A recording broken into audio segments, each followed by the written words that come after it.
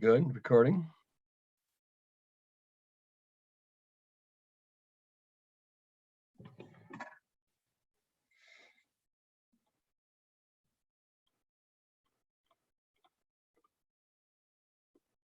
He's not in there. All right, why don't you resend him a panelist link then, or I can't. That's what I'm saying. I can't. I sent it to him yesterday. Good evening, folks. Having some technical difficulties here in Paul Smith's. While you're waiting for us to figure this all out, please add your name, class year, and where you're joining us from in the Zoom chat feature. And also take this moment to mark your calendar for May 19th for our next Smitty Story Hour.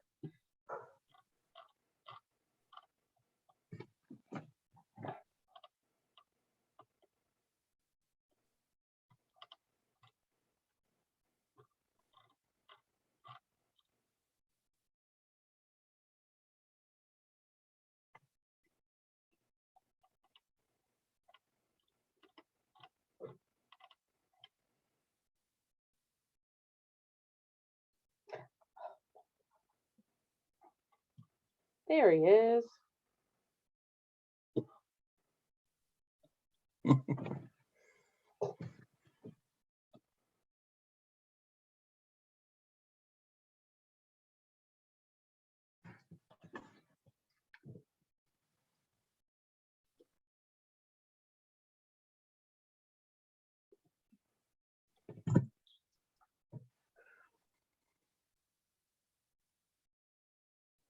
That would be smart.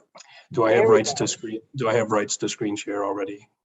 You should have rights to this screen time. share. Okay.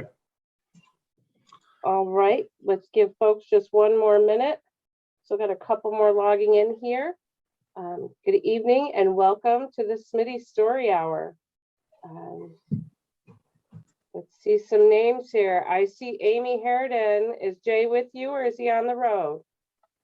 And what about your son? Do I still have him? No, I don't think so. Amy Ermston, or Amy, yeah. Andrea Ermston, sorry. Andrea. Barry Johnston, Bruce, Diana Linglitty, Doug Fitzgerald.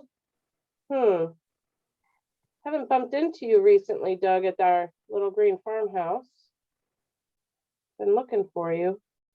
Gary Owens, Homer Reese, Jack Skelly. Nice to talk to you earlier today. Glad you were able to get in. James Dawson, welcome. Jim Holler, I'm in a meeting. Please take all my calls. Jody Rossi, hello, welcome. Karen and I assume Peter Frank. Karen Regenbaum, hello, welcome. Carl Mall. Oh, I think Matt Purcell. I don't know, my mouse just jumped around on me. Maureen Morgan, Michael Worth, Paul Hilli, Peter Frank. Oh, I see. You're in two different rooms. I love when married couples get on here together because they're always in different rooms. It's funny. Peter Whitchurch, Ron Townsend, Russ Wagner, Ted Jacobson. I think we're doing pretty good. All right. Well, without further ado, I would like to turn this presentation over to our college president, Dr. Scott Dalrymple. Well, thank you very much, Heather, and welcome everyone. It's a pleasure to see you all here tonight. And I don't have a story, but in the traditional sense, but I think I have some really good things to share with you. So let me switch over to my screen. Can you see my screen, Heather? Still seeing mine. You're still seeing yours? Okay, let me just see what I'm doing here. I did click share screen. Okay, how about now? Nope, still me. Let me stop sharing mine, see if that'll help. Yeah.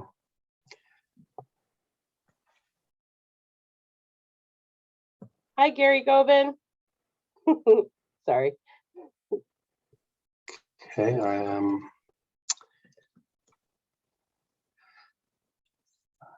You should be able to share. Okay, try There one we more time. How go. about that? You good? Okay. Beautiful. All right, I'm gonna Good. hide myself, but I'm still here if you need me. Okay, I probably will. So stick around. Okay. All right. Well, again, thanks everybody for joining us tonight. I wish that this picture was a live shot of the campus. It is not, but it's actually not too bad here right now. For those of you who live elsewhere, it's a pretty decent time of year. The black flies aren't here yet. But let me move ahead here. Now I know I think that probably most of the people on the call here tonight are well aware of everything that's happening at the college in recent times, but I'm going to act as if that's not true and go over some things as if someone is just generally familiar with what we're doing, but needs an update. So I always tell people, I did a presentation just last week to a local chamber of commerce.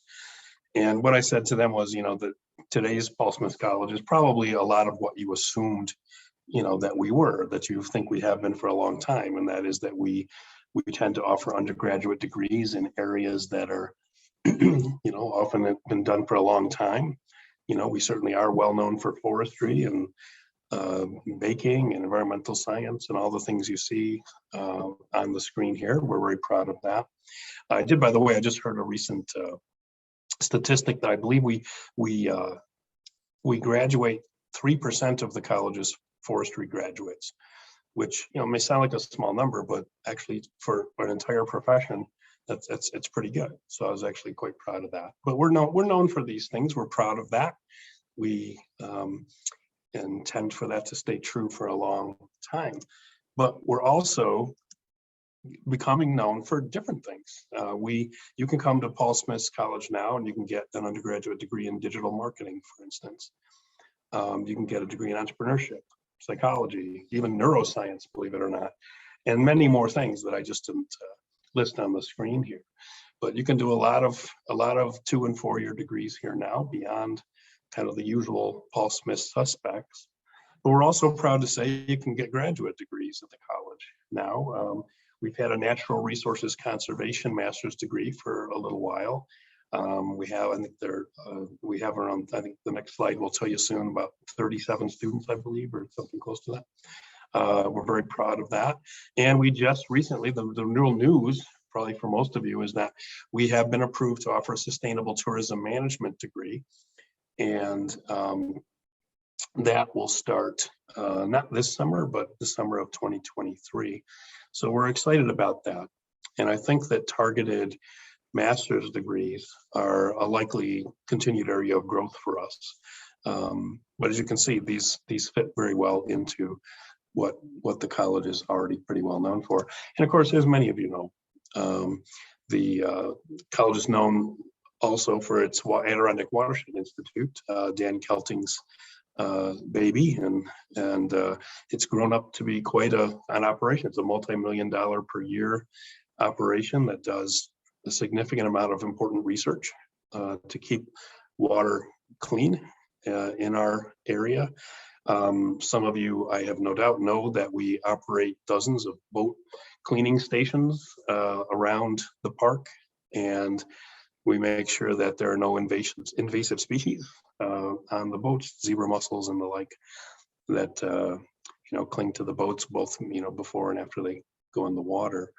So that is vibrant. It's doing well. We're looking at even growing that further. So the Watershed Institute's doing very, very well. And of course, we manage one of the 2 visitors interpretive centers in the park. And I know that many of you, of course, have been there many times. We hope you'll come back, but we're very proud of that as well. And that continues to be an important part of our identity. I'll start a little bit. Fewer of you probably know a whole lot about me. I'm not going to spend a lot of time, but I thought I would introduce myself a little bit.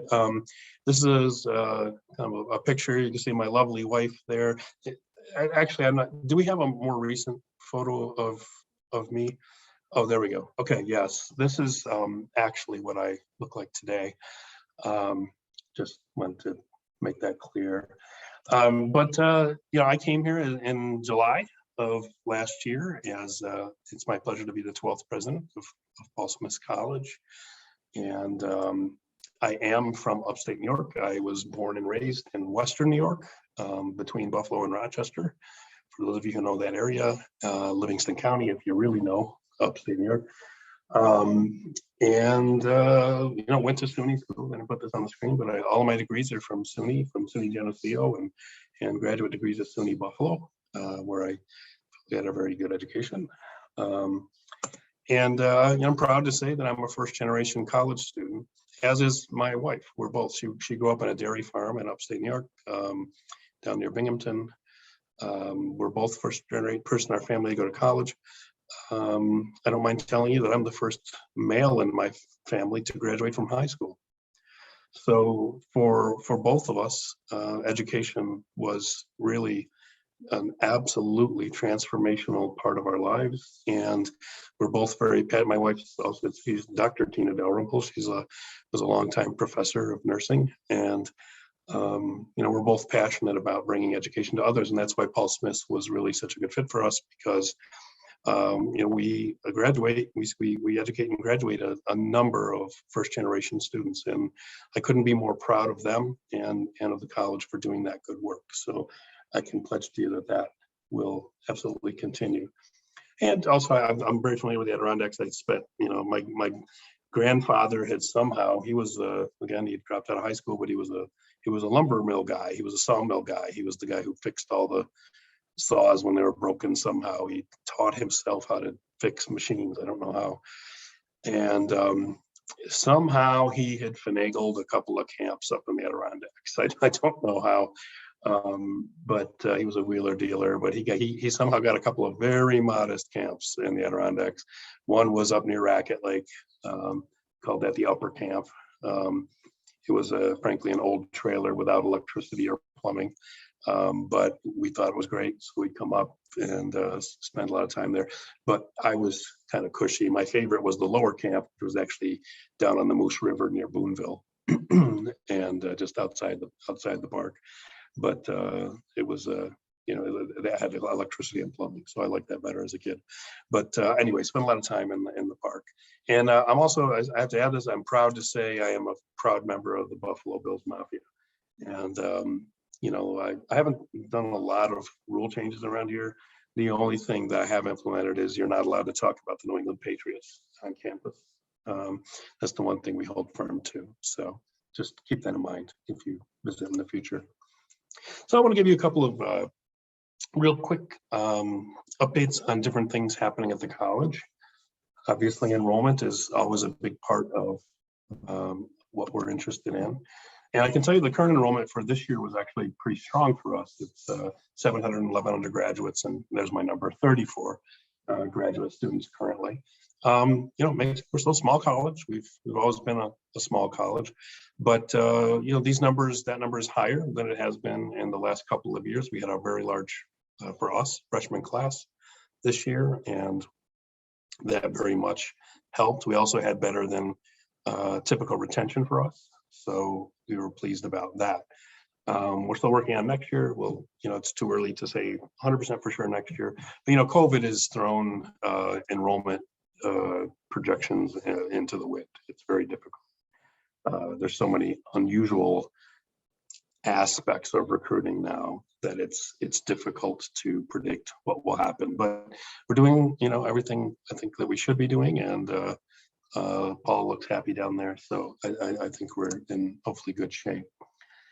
And again, you saw this in the last slide that we have a new master's degree starting in summer 2023. And again, we have lots of questions, chance to answer questions. I'm actually going to go through fairly quickly because I'd rather take questions. On the athletic side, we have a lot of interesting things happening and exciting. Our Woodsman team is, perennial powerhouse, and recently they competed and brought home first place as we're used to. And men's won and Jack and Jill won divisions. And our name is known and feared in Woodsman circles, and we like it that way. So we're proud of them, of course. A newer group, our men's Nordic team, actually won the USCSA National Championship in March. So that's pretty exciting. And of course, as some of you know, we have various winter sports teams now. We have biathlon, we have Nordic combined. It's ski jumping and cross country skiing, as you might know from the Olympics. And it's just a fascinating group. They're really interesting bunch of students. Frankly, a nice bunch of students, and they're really, really talented at what they do, and really, really in shape.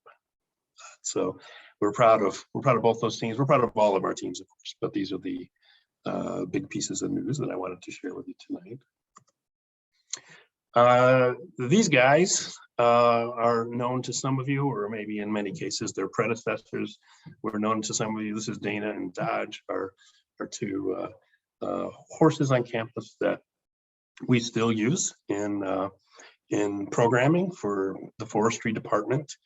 As probably a lot of you know better than I do, but in case you don't, there are some parts of, I believe it's federal land, where you actually, some sorts of logging are allowed, but you are not allowed to use machinery. So if you actually want to do logging, you have to use some other method, and horses are a pretty good choice. And we teach our students how to use horses to pull felled lumber out of the woods. And they're pretty neat. I'm lucky enough to live right next to them, so I see them every day. But the reason when I'm showing you them here tonight is to tell you we're looking at expanding our team. We're gonna go up to 4 horses and try to add additional programming and use them more often. Somebody suggested horse Uber, but I'm not sure how popular that's going to be really. But we are looking at adding some horses, and we're going to be doing some very targeted fundraising around the horses. So stay tuned for that. If you loved the horses, and if you're an alum and you love the horses when you're here, you'll have an opportunity to get involved. So we're even going to sell. How about this? You've never heard this before. We're going to sell naming rights for the horses, and we're still deciding on the amount, but you could name one of the new horses if you're so inclined when the time comes. We're a little sensitive to such things. Yeah. We considered various options. We decided we weren't going to threaten to harm one of the horses if he didn't pay up. We decided against that. Instead, we decided we'll sell. But you might be able to say that might be beyond somebody's reach. But we'll say for a certain amount you can feed one of the horses for a month, that kind of thing. We'll have some fun with it. But stay tuned for that. Yes, there will be no renaming of the horses. Aha, that's what I wanted to hear. Thank you.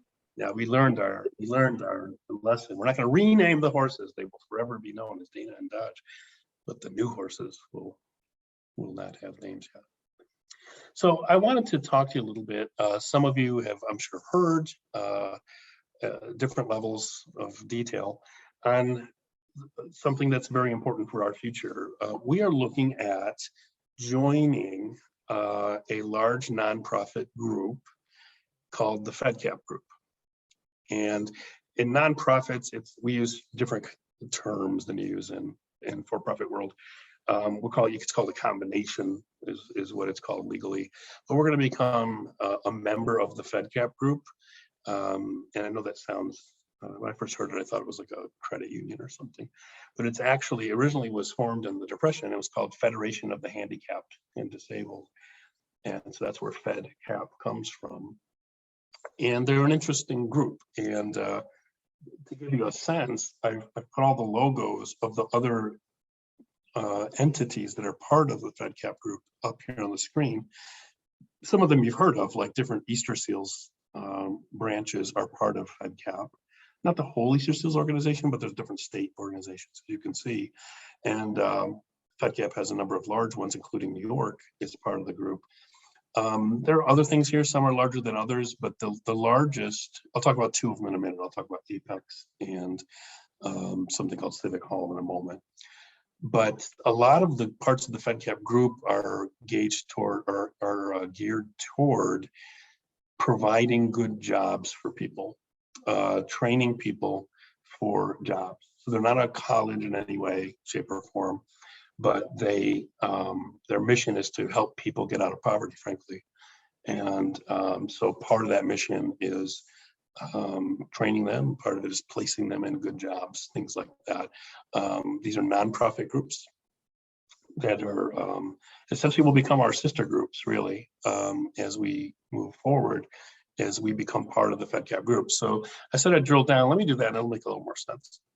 So one of the most similar company to us on this list is Apex Technical School.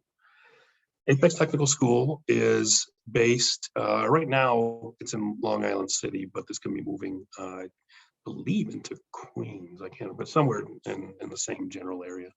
I visited the current location, and what they do, they are a technical school. They train people in very technical areas. You can see like electricity is their biggest program, and you can go and you do a 9-month program and you come out with a credential from Apex, and most of those graduates get good jobs as electricians.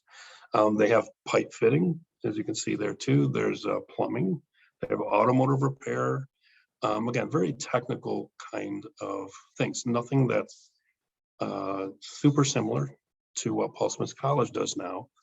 And we think that's actually a good thing. There's no overlap specifically, but we think there is opportunity for us to work with Apex. And what we're looking at now is evaluating some of the training programs they have, particularly in electricity, because electricity lends itself more to this treatment, because there's certainly a lot of applied hands-on stuff, like this guy's doing something in that electrical panel, I don't know what. There's hands-on, obviously, but there's also a good amount of theory involved in electricity. And so we're evaluating the curriculum that they have, seeing if there's already some college level content there. And if there is, then we can actually award, we have the ability to award Paul Smith College credit for some of it. And somebody might end up with, say, 6-7 credit hours toward, let's say, an associate's degree at Paul Smith College. So some of those students may choose to continue on. They decide they like education, and they may continue on. So there's that. There's also a service. Even if they don't, they might end up with some college credit for the work they've done. So that's something we're allowed to do. It's an increasingly common phenomenon, and we're good at it.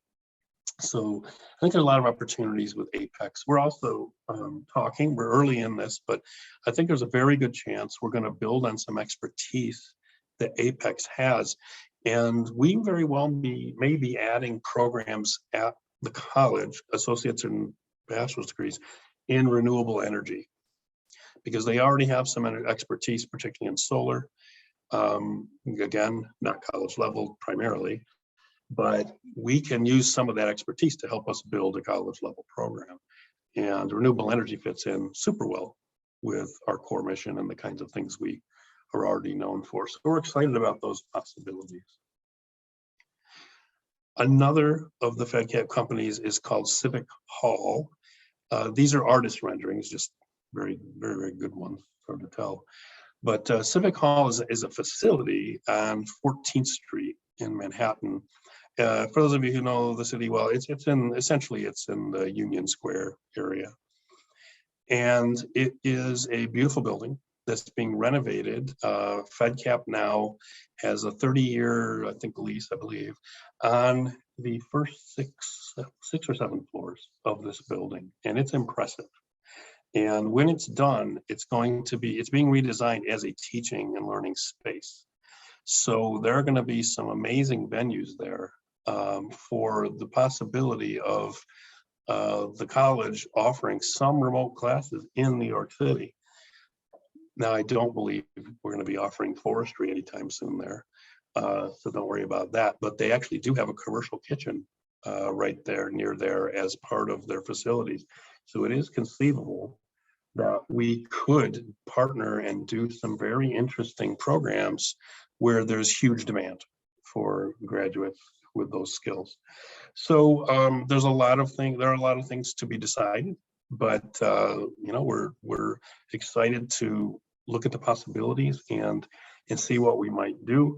This is not instead of what we do up here in our beautiful home. It's in addition to what we do. Different revenue streams for us to solidify our standing here, but also reach students there that frankly aren't going to come up here maybe.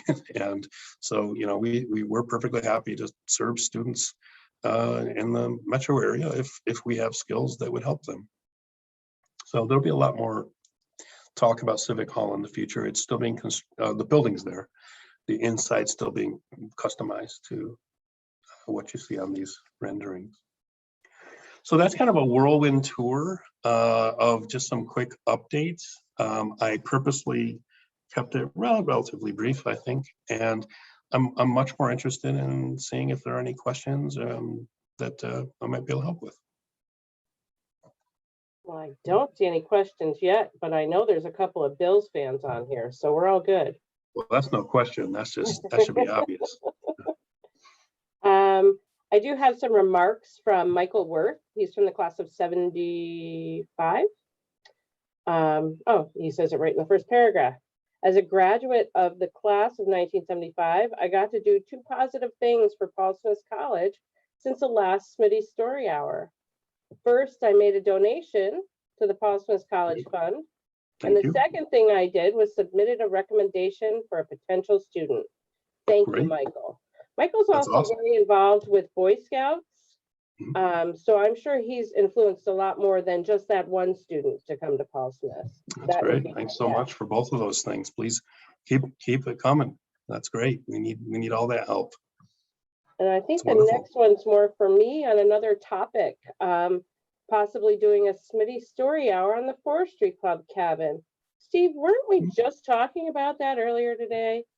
It must have ESPN or something, because exactly, we were just talking about that. We've got a really good plan coming together. Yep. All right.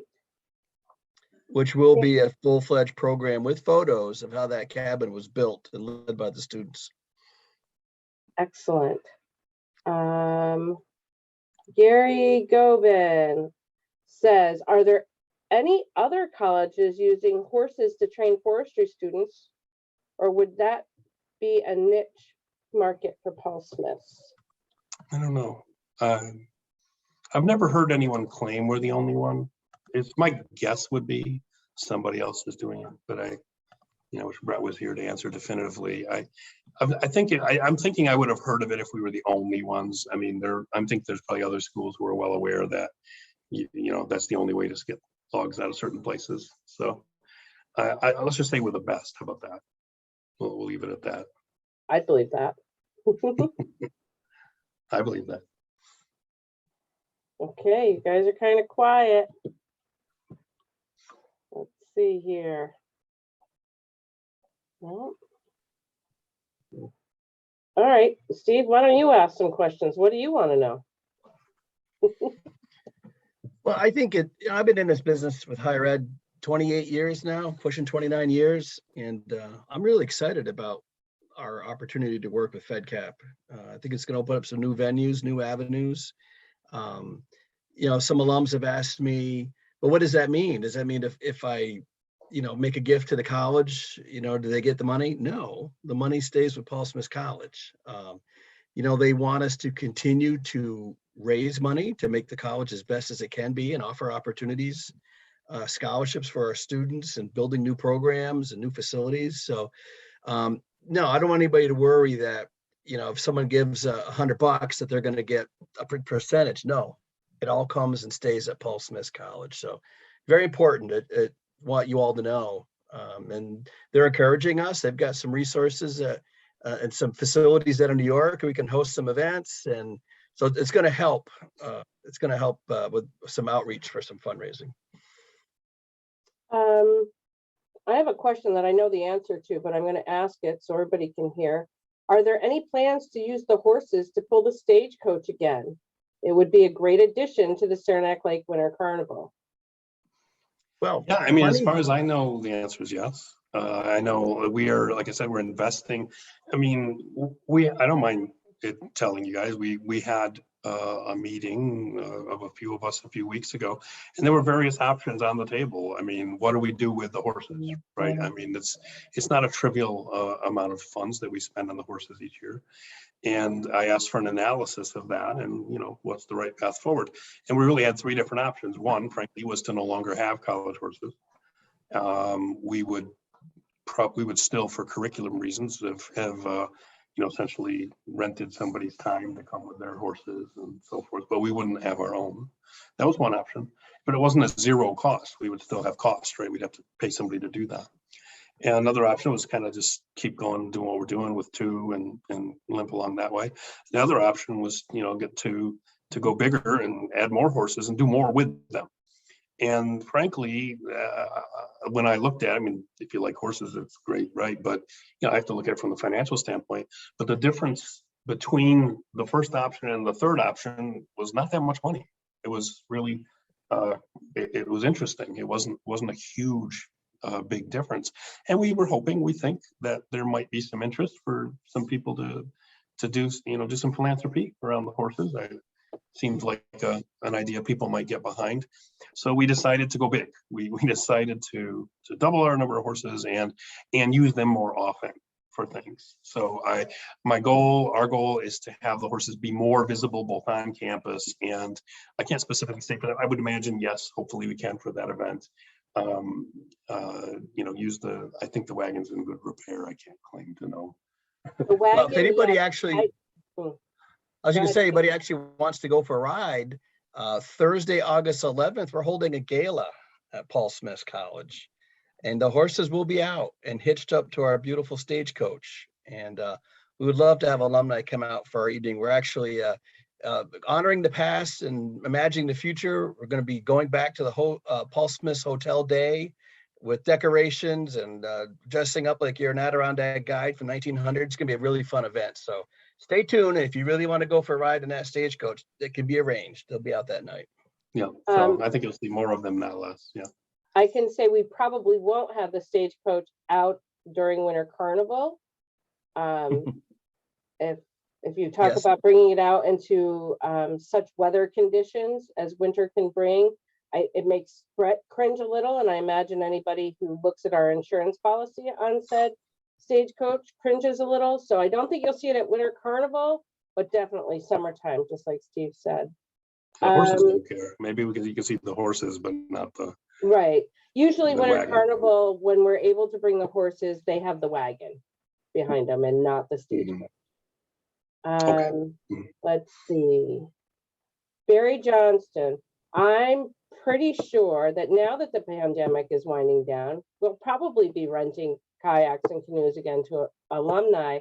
I haven't received official word yet from Recreation, but stay tuned. I think that's probably one of the next things coming. Heather, I've got a question from Pete. Pete wants to know about how far along, this is to Scott, how far along is the agreement with FedCap? Are we still just exploring, or is it completed? Or a question from Peter Frank. Yeah, it's quite far along. It's in the business world, you might have SEC or somebody get involved, right? The FTC, whoever. In our world, the nonprofit world, it's actually our accreditor that has the main say of whether a deal can be done. And we have done all of our submissions to them, and we've actually met with them, and they are poised to give us their final answer within a few weeks. So we're pretty far along with that. And I would expect that this summer things would be finalized. So pretty far along. It's something that we've been looking into for a couple of years. And I meant when I announced it to faculty and staff in the fall, late fall, I said, to some people, like, oh my God, this is sudden. Like, how come I didn't know about this? Well, because as I know, many of you know, these things are done in confidence, right? If you're considering combining with somebody or in any arena, it's not something that's supposed to be known by other than the group that's working on it. You're doing due diligence, and we actually were under a strict confidentiality agreement, so we couldn't. But we've been working on the possibility of combining with another entity for a couple of years, long before I got here, and in earnest on FedCap for certainly over 9 months. So when I got here in July, I was told this was a major option that the college had identified, but it was my first job to figure out, should we do it? And that's what I've spent, frankly, you know, if you say, hey, I haven't met this guy yet, I haven't seen him a lot. Well, you're right, because I spent most of my first year here working on that deal, analyzing it and then making it happen. But so it's been pretty much, you know, nonstop since I got here last summer. So it's going to seem, you know, to those who are just coming into it, it might seem awfully sudden, but to us, it's not. And you know, we try to walk a line here by saying, oh, look, I want people to understand we're a great college. We're vibrant. We've got a lot of great things going on. At the same time, we face the same headwinds that every other private college faces, particularly in the Northeast. You know, and say I'm a Northeasterner. I'm sorry to say the Northeast is shrinking. It is, and there are fewer high school graduates, and there are all sorts of demographic shifts happening, and it affects colleges that, you know, particularly those that primarily educate 19-year-olds. So we've faced some of those headwinds that other colleges have had. We're trying to get ahead of it and not be, you know, like as many of you know, some of you know, colleges in Vermont, very nearby, others have had to close their doors. We didn't want that to be our story. So we're being creative.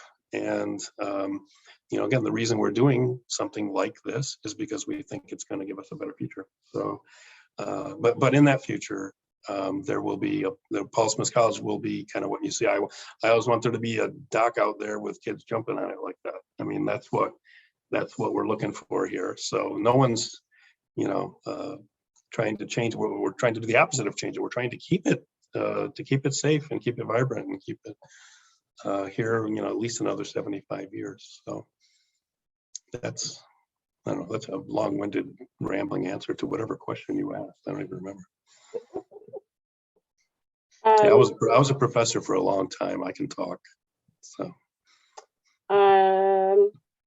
Let's see. Any update on John Dillon Park?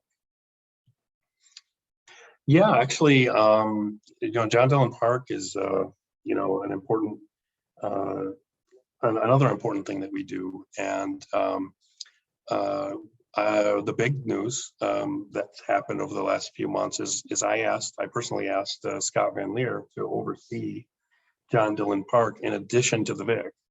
He's done a great job with the Vic, he and his staff, and I think everybody would agree who's paying attention. There's a lot of great things going on there, and I thought he needed more to do. So we just, you know, I decided, you know, we need his leadership at John Dillon Park too. And so he's overseeing John Dillon Park. I know they're having good discussions now about maybe some, again, fundraising there and some infrastructure improvements.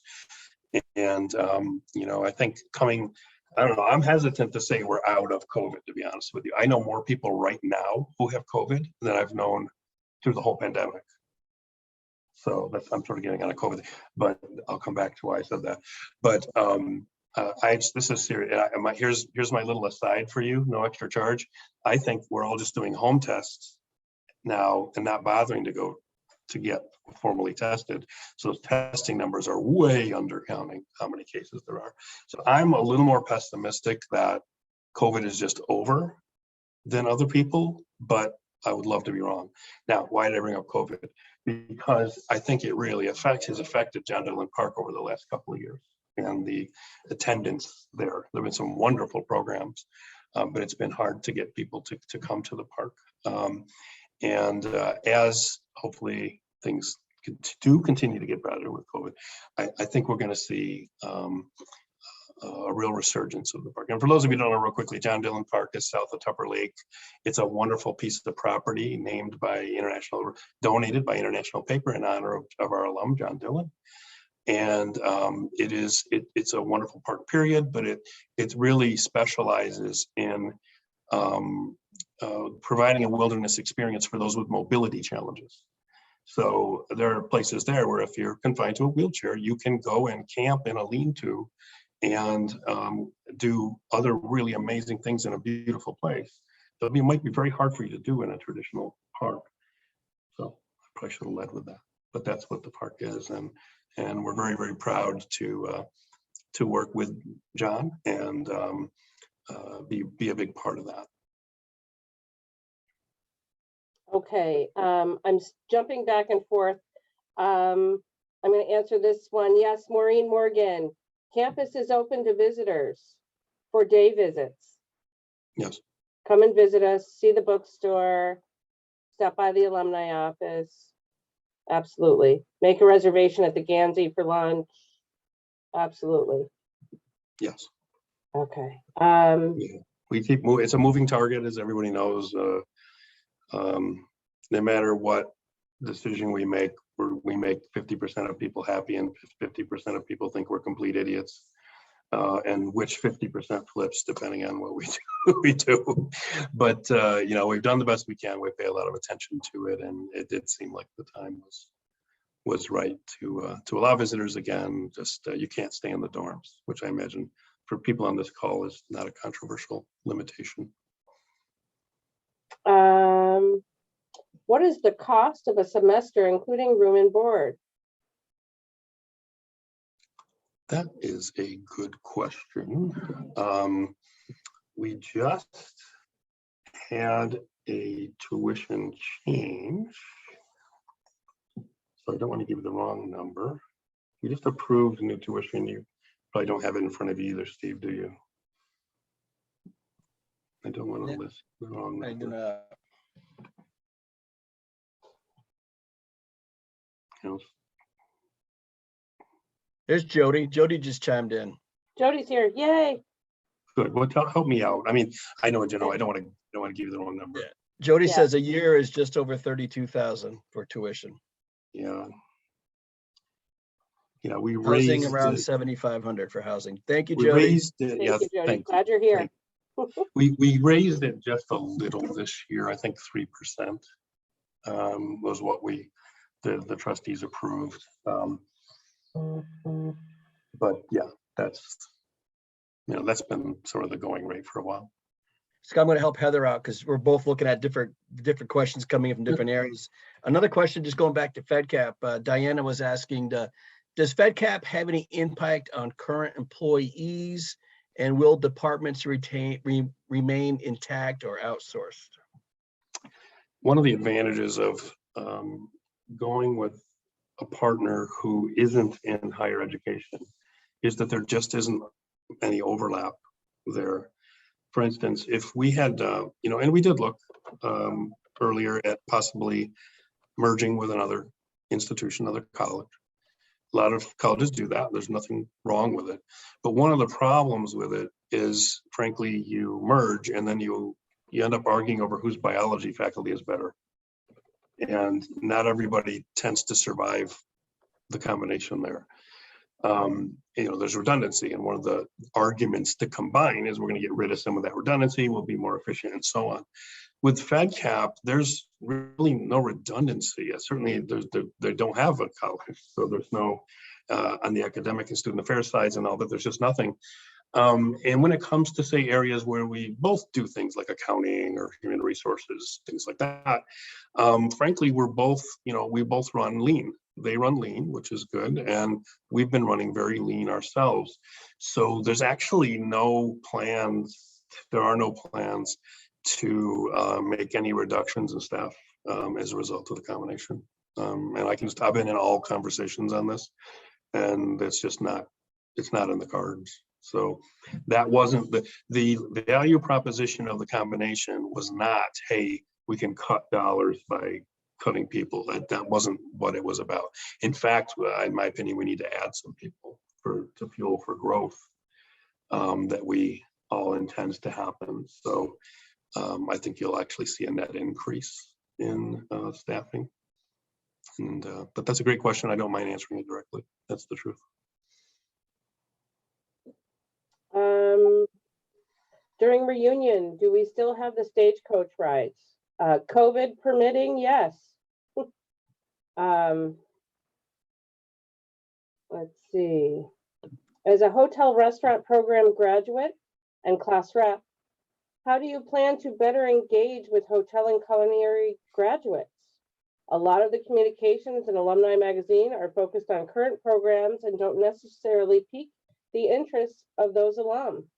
I would love to see more engaging articles and things to tap into our Cully and hotel alum and try to get them re-engaged. Sounds like Well, a I great can- question for the alumni director.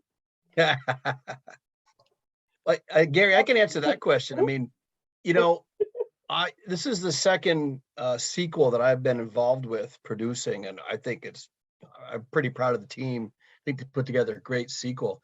Hey, we're looking for articles from alumni and faculty, and you know, we are looking for stuff like that. So Gary, send us a nice article. You know, a lot of you know that I commute 2 hours a day from my house to work and back. It's a lot of time behind the wheel.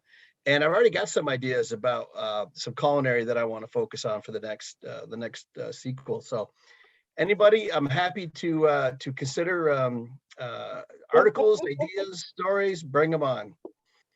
Scott, well, I got the mic. I was looking for more work. Yeah, too late, Hey. friend. Well, also, I just want to say, I also accept free food. So that's always on the table. Go ahead, Steve. No, I'm just following up another question here. Jim Holler was asking, you know, love that we are looking at the trades with part of working with FedCap and as a way to train students. He would like to know, how will you involve the alumni in working with the trades and setting these things up? It's a good question. I'm not sure we have sufficiently thought that through. That's a great question. I think you're right. We should find ways to do that. And that's a good spurring question there, because I'm not sure we have a plan right now of how to work with alumni on that. So we need to think about that. I like it. So I can't answer, but I can tell you we need to think about it. We will. Thanks for asking that question. Doug Fitzgerald has a comment. Thanks for the update on John Dillon Park. Scott Van Leer is doing a wonderful job at the Vic. Great leadership. Great. Barry Johnstone says it would be fun to know what culinary alum have restaurants we could patronize. Well, if you have access to the internet, and I bet you do, if you were to go to paulsmith.edu, click on the alumni link, you could go to a place where there's an online alumni directory. You make yourself your own username and password, and you can go in and say you're going to, I don't know, Titusville, Florida. You put in Titusville, and you'll find that Keith has not only one, not two, but now he's working on restaurant number 3 in Florida. So if you want to sign up there, or if that's not working out for you, give me a call. I'll help you out that way. Obviously, we've got printed directories too. If you're involved with social media, it's a really easy way to find it. But really an email, a phone call to this office, we can help you find people. Not always at a moment's notice, but with some notice, you know you're going on a trip next month and you're going to Portland, Oregon. I can tell you where some of the best pizza is on a food truck. And it's Smitty. Well, he doesn't own it, but he works there. Anyway. Heather, I'm going to jump in. This is a great question from our friend Andrea Ermston. Andrea, she asked Scott, for those who are not familiar with the FedCap relationship, what are the benefits for each party? Sure. Well, I think it's good to look at it from both ways. From FedCap's perspective, my favorite version of their mission statement is the shortest one, which is their goal is to eradicate poverty. And they do that through a number of different methods, but education is obviously one of those, and it's probably the most powerful weapon against poverty is education. I told you my own story. I grew up, poor in rural upstate New York, and it, certainly changed my family's whole life. So they believe in that. They already have programs from pre-K all the way up through high school. They actually have a small private high school that serves students with special needs.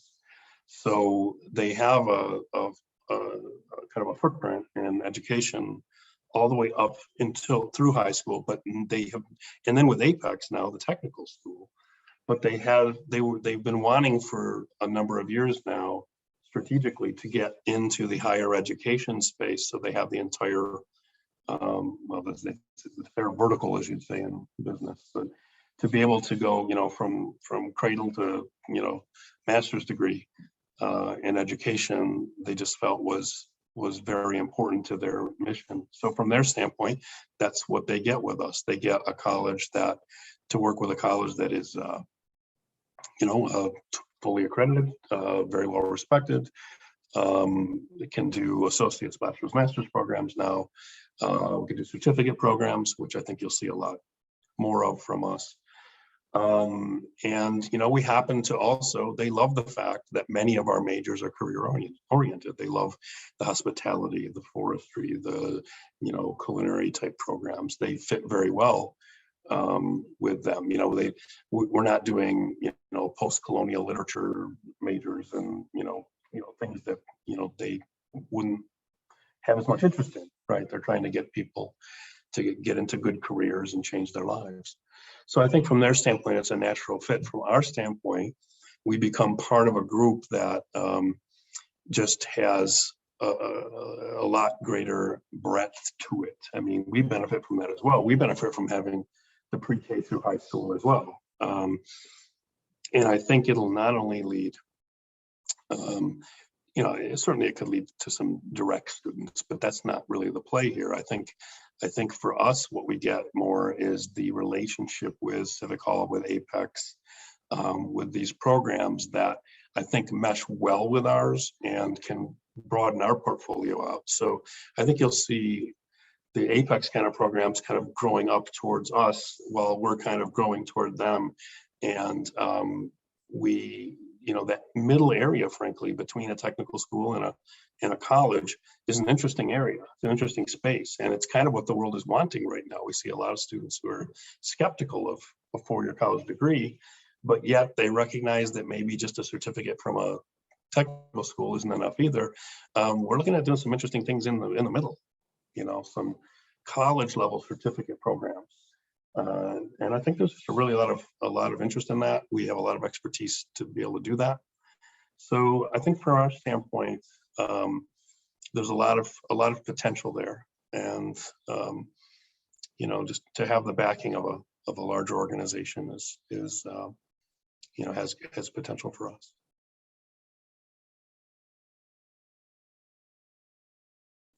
I don't know, Heather, any more? I'm scanning the questions here. I think, are we pretty well caught up? No, we've got one more from Maureen Morgan, which is, I like it.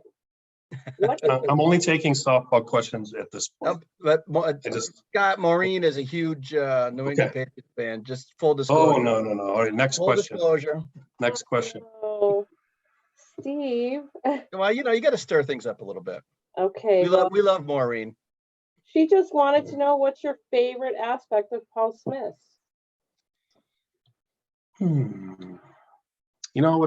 It's funny you said right before this tonight, from 5 to 7 tonight, I actually went and played board games with students.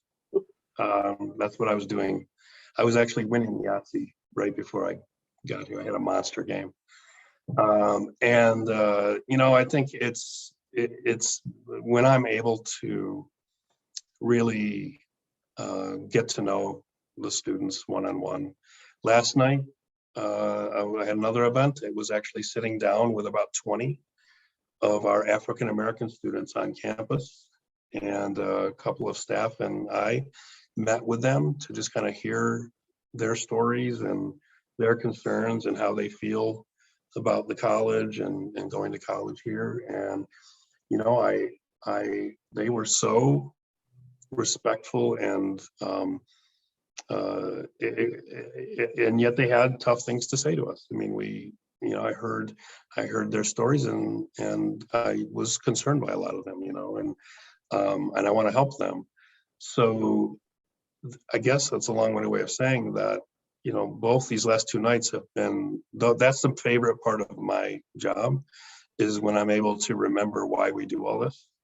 Somebody like me is a behind the scenes person. A lot of us are. We're behind the scenes. I used to teach, but don't anymore. And it's easy to get caught up in the day-to-day and the balance sheet and this and that, enrollment numbers and whatever. And somebody's got to do that. Yes, we need to keep doing that. But it's great to be reminded of why we're doing that. And so I'd say it's that, and it's meeting alums who, 10, 20, 30, 40, 50 years ago, went to the college and tell me how much it changed their lives. And, the interesting thing, a lot of times they'll say, I wasn't that great of a student. It's interesting. Some of the very most successful people say, I wasn't the best student. But Paul Smith took me and took the clay that I gave them eventually and molded me into a better person. And I am so thankful, and I think the world of the place. And I love hearing that. So it's the students, both current and former. And, I'm privileged and be able to have a job where I get to work with these talented people. And as you heard, a little quick version of my story, I say education is sacred to me. I don't know what I would be doing right now. I wasn't supposed to be here. This wasn't supposed to be how my life turned out. And the reason it did was another college that changed my life. And, so I'm just, I don't agree with the story. My wife makes fun of me, say this, I don't agree you can be whatever you want to be. I think that's a lie. I think it's a harmful lie that we tell our children. You can't be whatever you want to be. I can't be an NBA center. I can't be an astronaut for various reasons. There's all sorts of things I can't do. Don't tell me I can be whatever I want to be. I can't. But what I can do is have a chance to try many different things and see what I'm good at. And maybe I can be what I want. I'll have a chance in America to be what I want to be, if all goes to plan. And I like being able to help people figure out what that thing is and help get them there.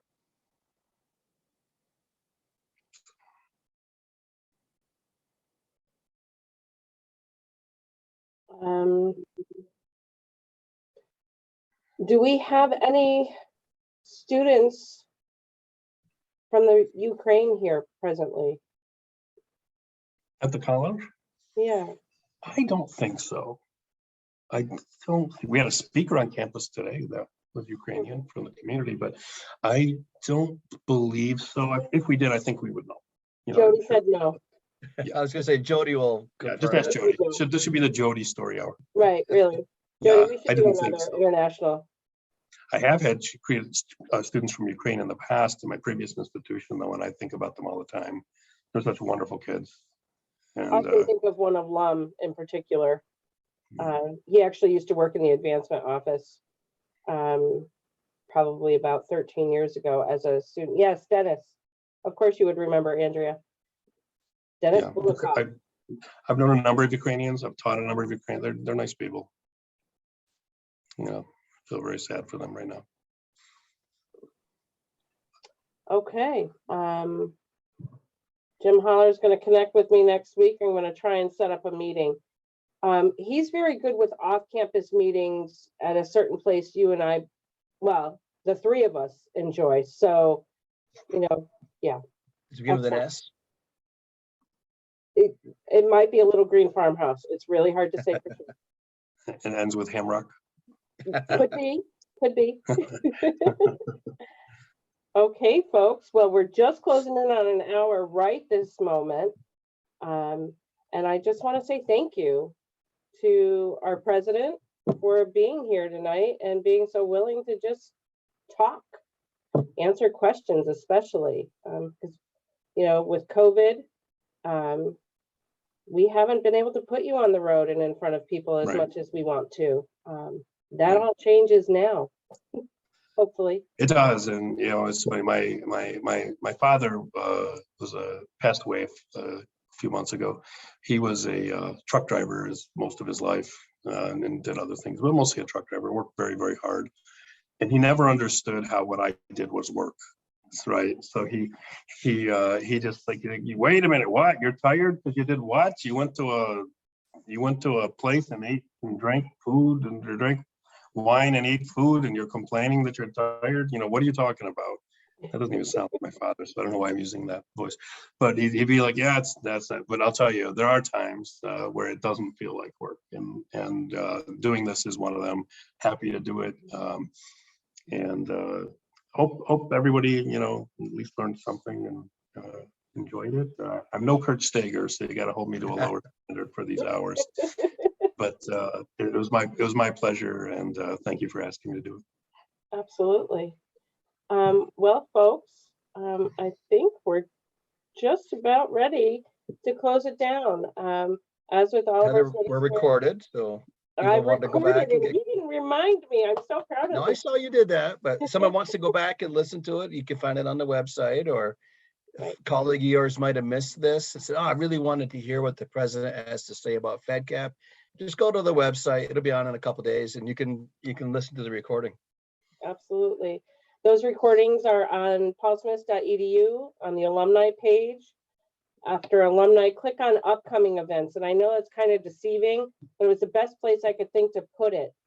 Go to events and you'll see what's coming up, but you'll also see we have our past recordings of the Smitty story hours there for you. Only one is missing. And it's from the day that Joe Canto broke the internet. Actually, it was Joe Cano's Smitty story hour. And we say that's what happened because he had Smitty story hour. We lost the recording, the internet broke. It was just terrible. Anyway, so that's the only one missing so far. Thank you all for joining us. Again, be on the lookout for invitations to the May 19th Smitty story hour. And that'll be a mystery guest because haven't finalized those plans yet, but I've got a little bit of time. Thanks so much, everybody, and we'll talk soon. Thanks, everybody. Thank you.